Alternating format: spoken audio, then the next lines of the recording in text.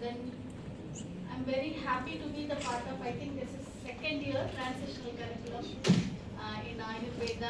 I'm very happy that they are part of it. This year, they've given me topic as hand hygiene, universal precautions and infection control measures. Okay, we move on to that.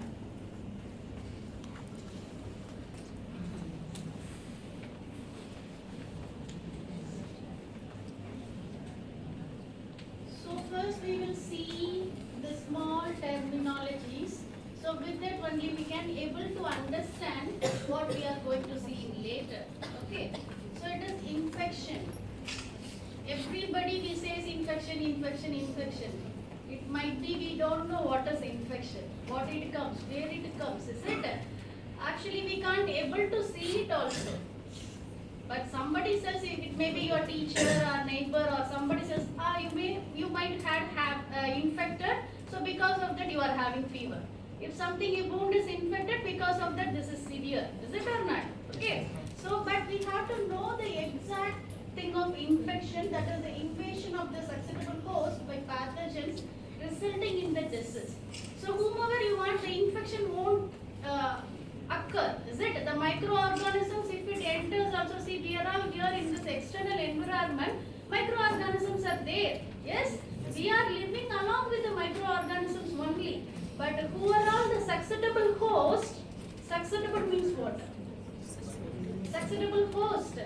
Who are all ready to receive that? Who are all ready to receive that? Okay. So for that person only, that microorganisms enter into our body, that will make the survivability in our body. Wherever it may be the organs, it may be the GI system or respiratory, wherever it is, it makes it for survivability, then it will produces the infections, is it? So the microorganisms multiplies, then it will, the reproduction happens, then it will produces the infection. So that exactly the invasion of the susceptible host by the pathogens that is resulting in the diseases. Okay. So communicable disease, that it may be spreads from one person to another person, is it? Then infectious disease, that is caused by whatever the pathogens. It may be the germs or bacteria. Then it is a contaminated, means dirty, soiled or unclean. Then mode of transmission, how it is transmitting, what is the way it is transmitting, is it? So that is passed from one person to another person, that is called mode of transmission. Then mucous membranes, it is the inner layer of our body parts, is it? So whatever it is, the microorganisms staying there only, is it? So the membranes that line body cavities that open to the outside of the body. Then infection control, whatever we are, the measures we are taking at, that is called infection control. The set of methods used to control and prevent the spread of diseases. Then disinfection, whatever the solutions, or it may be the solid particles or it may be the gaseous particles, whatever you are using it for cleaning purposes, that we are call it as disinfection. Next, chain of infection. So already I said no, that chaining process is more actually. Immediately we won't get any infections over there. It is just a fraction of second. It is not a magical one. It is a chain of infection. So the presence of the pathogen does not mean that an infection will begin. So the development of infection that requires the presence of an infectious agent, pathogen, then reservoir, mode of transmission, then portal of entry, then susceptible host. These are all the ways it goes inside, then it will produces the infection. Are you understood? Yes, ma'am. Then it may be our body fluids. Yes? So in our body we may have so many fluids are there. Yes? Tears, saliva, sputum, then urine, feces, semen, vaginal secretions, pus or other wound drainage and blood. Then how will it transmit? Touching the infected persons or their secretions, or touching something contaminated by the infected person. Then because of droplets also, while we sneeze, while we cough, is it? So because of that also it may transmit from one person to another person. Then portal of entry, any body opening of an infected person which allows pathogens to enter the nose. Is it? While we sneeze, if somebody is there opposite us, so it may be if he is a susceptible host, the microorganisms will go nose or whatever the things, okay. But if actually he is a susceptible host, he will get all the pathogenic reactions, is it? So that's what we usually tell that please don't touch. It may be in the classrooms also, in chat piece, duster, table, is it? So it should be very precautionary, you have to use it, because all the teachers are coming, they are touching, no? Is it? They may have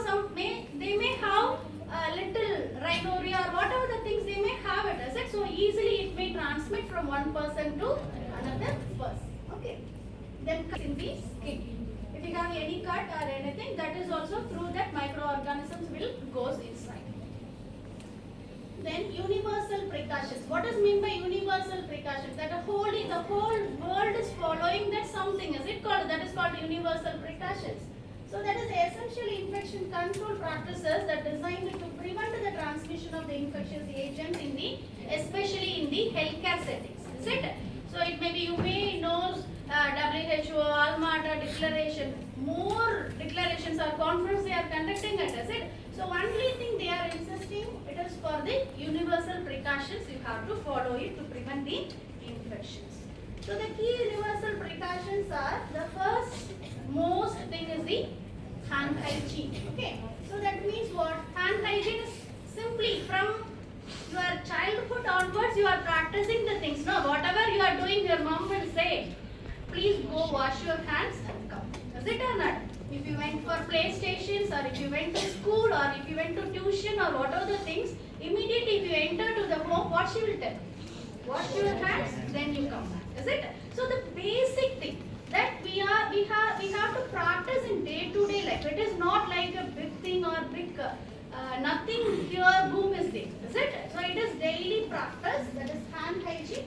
Simply we are doing with the water and soap. That is hand washing with soap, whatever we are using it.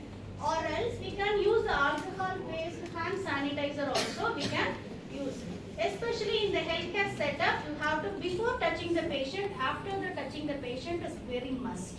Because we have to prevent the cross infection. We have to prevent the cross infection, that is otherwise called hospital acquired infection. Yes? So it may be that you have to make a barrier between you and the patient. It should not transmit from you to the patient and from patient to you. Okay. So that you have to put the barrier of that before and after the patient contact, and after handling potentially contaminated materials. Whatever the things, if you touches in the hospital setup, is it everything you may consider as a contaminated thing only. Once if you enter the hospital, you think that that is contaminated area. Is it or not? If you go to the OT, that may be some places that may be the sterile before the surgery. So, but other than the places, you may think that contaminated. So that's what we are insisting healthcare workers to clean or mop everywhere with a frequent basis. It may be 2 hours once or 4 hours once. We are insisting them to clean everywhere. Okay. So personal protective equipments also we are using it, like basically gloves. You know, yes, we are wearing the gloves, that is for protecting our hand. Then mask, yes, to prevent the infections to enter into the nose or mouth. Mask and eye protection also we are using it, that is to prevent the splashing. Is it? Blood while you do surgery or while you are doing any dressings, is it? Whatever the things, or if you are handling any emergency patients, it should not be. Okay. Then use masks and goggles or face shield to protect against splashes or sprays of the infectious materials. Then gowns and aprons to prevent you. Okay. So that it should not be, your material should not be affected. Whatever the dressing or whatever the things if you have, is it? So if it is splashed with any body fluids or whatever the things, unfortunately if you have any small cut injuries inside your body, is it or not? So that may be the possibility of getting infection. Are you understood? Yes? So that's what we are telling, that gowns and aprons is very must. So wear waterproof gowns or aprons when there is a risk of exposure to the body fluids.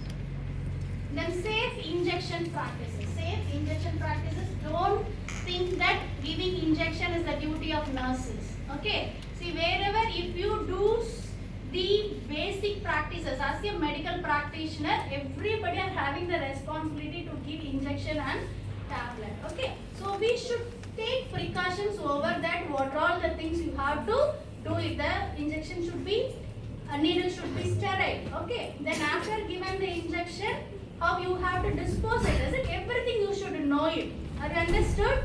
Yes. Okay. Safe injection practices. Use sterile equipment for injection and dispose of needles and sharp in the puncture resistant containers immediately after use.